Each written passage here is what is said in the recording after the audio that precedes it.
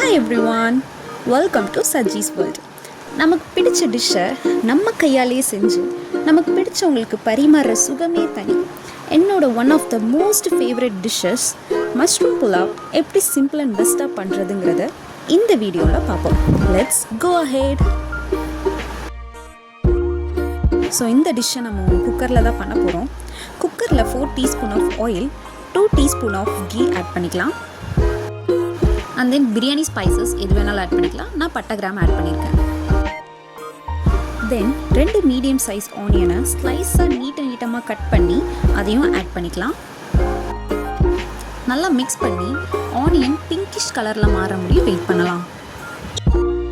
ஓரளவுக்கு pinkish colour மாறினதுக்கப்புறம் 2 medium size green சில்லிஸை வந்துட்டு ஆட் பண்ணி மிக்ஸ் பண்ணிக்கலாம் without cutting. Then onions golden brown ஆனதுக்கப்புறம் 3 டீஸ்பூன் ஆஃப் ஜிஞ்சர் கார்லிக் பேஸ்ட்டை ஆட் பண்ணிக்கலாம். ஸோ நல்லா வதங்கட்டும். இந்த கேப்பில் கொத்தமல்லி, புதினா இது ரெண்டுத்தையும் தனியாக எடுத்து வச்சுக்கலாம். ஸோ ஆனியன்ஸ் பார்த்திங்கன்னா நல்லா கோல்டன் ப்ரௌன் ஆயிடுச்சு. ஸோ இப்போது கொத்தமல்லி, புதினாவையும் ஆட் பண்ணிக்கலாம். கொத்தமல்லி, புதினா இது ரெண்டுமே நல்லா வதங்கட்டும். தென் 3 மீடியம் சைஸ் தக்காளியை நல்லா ஸ்லைஸாக நறுக்கிட்டு ஸோ அதையுமே ஆட் பண்ணிக்கலாம். இந்த ஸ்டேஜ் ரொம்பவுமே இம்பார்ட்டன்ட். பிகாஸ் தக்காளி வந்துட்டு நல்லா வதங்கணும். அண்ட் தென் நல்லா வந்துட்டு எண்ணெய் பிரிஞ்சு வந்தால் தான் வந்துட்டு டேஸ்ட்டுமே வந்துட்டு அல்டிமேட்டாக இருக்கும். ஸோ இதுக்கு நம்ம வந்துட்டு வெயிட் பண்ணணும். ஸோ லிட்டு வச்சு க்ளோஸ் பண்ணிக்கலாம் ஒரு 2 மினிட்ஸ் பக்கம். தென் லிட்டை ஓப்பன் பண்ணி பார்ப்போம். பார்த்திங்களா, தக்காளி நல்லா வதங்கியிருக்கு, எண்ணெயும் நல்லா பிரிஞ்சு வந்திருக்கு. ஸோ இந்த மாதிரி ஸ்டேஜ் ஆகணும். அப்போ தான் வந்துட்டு புலாவ் நல்லா டேஸ்ட்டாக வரும். ஸோ இந்த ஸ்டேஜ் ரொம்பவுமே இம்பார்ட்டன்ட். ஸோ நல்லா மிக்ஸ் பண்ணிக்கலாம். தென் சில்லி பவுடர் 1.5 டீஸ்பூன் நான் ஆட் பண்ணியிருக்கேன். உங்களுக்கு எக்ஸ்ட்ரா ஸ்பைஸ் வேணுனாலுமே நீங்கள் ஆட் பண்ணிக்கலாம். And then garam masala 1 teaspoon. So ரெண்டுத்தையும் போட்டு நல்லா மிக்ஸ் பண்ணிக்கலாம். தென் மிக்ஸ் பண்ணதுக்கப்புறம் 3 டீஸ்பூன் ஆஃப் கர்டு வந்துட்டு நான் ஆட் பண்ணியிருக்கேன். நல்லா பீட் பண்ணி ஆட் பண்ணணும். ஸோ அதை வந்துட்டு நல்லா அந்த கெட்டி இல்லாமல் மிக்ஸ் பண்ணி விடணும். நல்லா மிக்ஸ் பண்ணதுக்கப்புறம் 1/4 டீஸ்பூன் ஆஃப் பட்டை கிராம் பொடி ஆட் பண்ணிக்கலாம். ஏன் 1/4 டீஸ்பூன் போதும்னா ஆல்ரெடி நம்ம கரம் மசாலா ஆட் பண்ணியிருக்கோம். ஸோ கலருக்கு இந்த அளவு போதுமானது. அண்ட் தென் பொட்டேட்டோஸை ஹாஃப் ஸ்லைஸ்லாம் இந்த மாதிரி கட் பண்ணிக்கோங்க. ஸோ இந்த மாதிரி பொட்டேட்டோஸ் ஆட் பண்ணுறதுனால டேஸ்ட் இன்னுமே என்ஹான்ஸ் பண்ணி தரும். தென் பட்டன் மஷ்ரூம்ஸை நல்லா தரோவாக வாஷ் பண்ணி ஜஸ்ட் ஹாஃபாக கட் பண்ணாலே போதும். ரொம்ப சின்னதாக கட் பண்ணிட வேண்டாம்.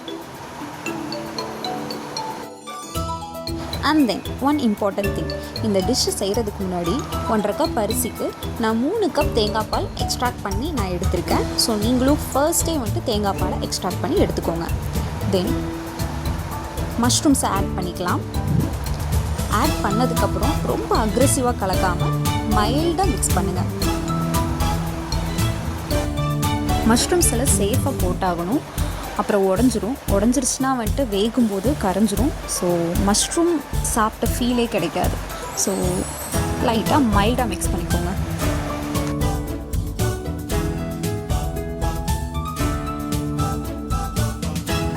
தென் 1.5 கப் அரிசிக்கு 3 கப் தேங்காய் பால் எக்ஸ்ட்ராக்ட் பண்ணி எடுத்து வச்சுருக்கேன். ஸோ அதையுமே ஆட் பண்ணிக்கலாம். கொதிக்கணும்ல அவசியம் இல்லை, நீங்கள் டைரெக்டாக ரைஸ் ஆட் பண்ணிக்கலாம். Basmati rice is a better option.